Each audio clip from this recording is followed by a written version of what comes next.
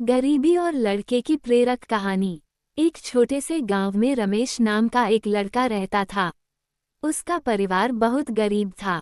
उसके माता पिता दिन रात मेहनत करते, लेकिन मुश्किल से 2 वक्त की रोटी जुटा पाते थे। रमेश का सपना था कि वह एक दिन बड़ा आदमी बने और अपने परिवार को गरीबी से बाहर निकाले।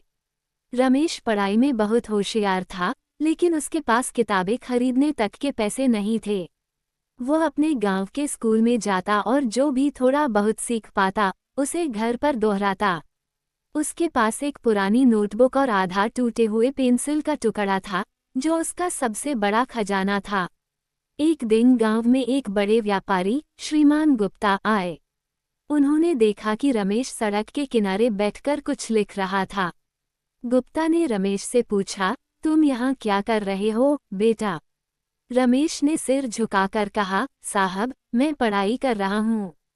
मेरे पास स्कूल की फीस भरने और किताबें खरीदने के पैसे नहीं हैं, लेकिन मैं पढ़ाई करना चाहता हूँ।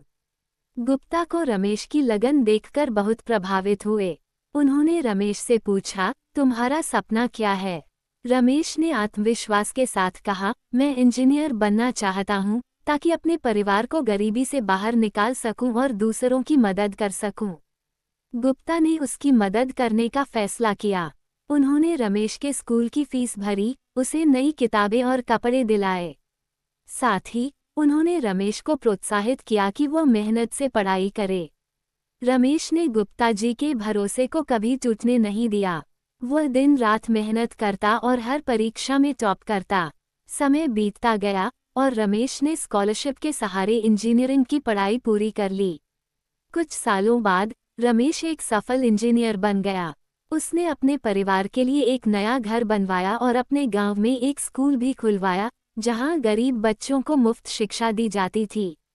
रमेश की मेहनत और लगन ने ये साबित कर दिया कि गरीबी कभी भी आपकी सफलता की राह में बाधा नहीं बन सकती, अगर आपके पास सपने और उन्हें पूरा करने का हौसला हो।